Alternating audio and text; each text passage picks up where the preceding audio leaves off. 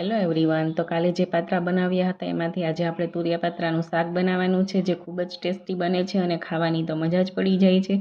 તો એના માટે મેં તુરિયાને આ રીતે સ્લાઇસમાં કટ કરી લીધા છે અને પાત્રાને આ રીતે રાઉન્ડમાં કટ કરી લીધા છે.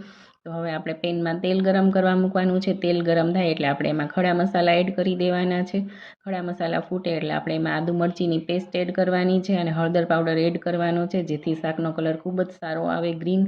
અને હવે આપણે એમાં તુરિયા એડ કરી દેવાના છે અને બરાબર મિક્સ કરી દેવાનું છે અને સ્વાદ મુજબ મીઠું એડ કરી દેવાનું છે.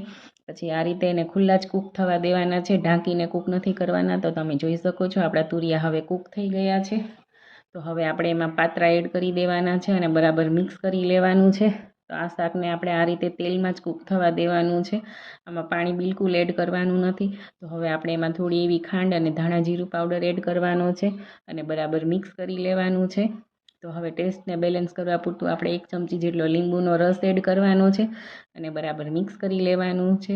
તો આપણું યમ્મી એવું ટેસ્ટી એવું શાક હવે રેડી થઈ ગયું છે તુરિયા પાત્રાનું. અમે આમાં કાજુ અને દ્રાક્ષ એડ કર્યા છે. જો તમારે ન કરવા હોય તો પણ ચાલે. તો તૈયાર છે આપણું તુરિયા પાત્રાનું શાક, જે સ્વાદમાં ખૂબ જ સારું બને છે અને ખાવાની તો મજા જ પડી જાય છે. તો તમે પણ એકવાર ચોક્કસથી આ રેસીપી ટ્રાય કરજો, ખૂબ મજા આવશે.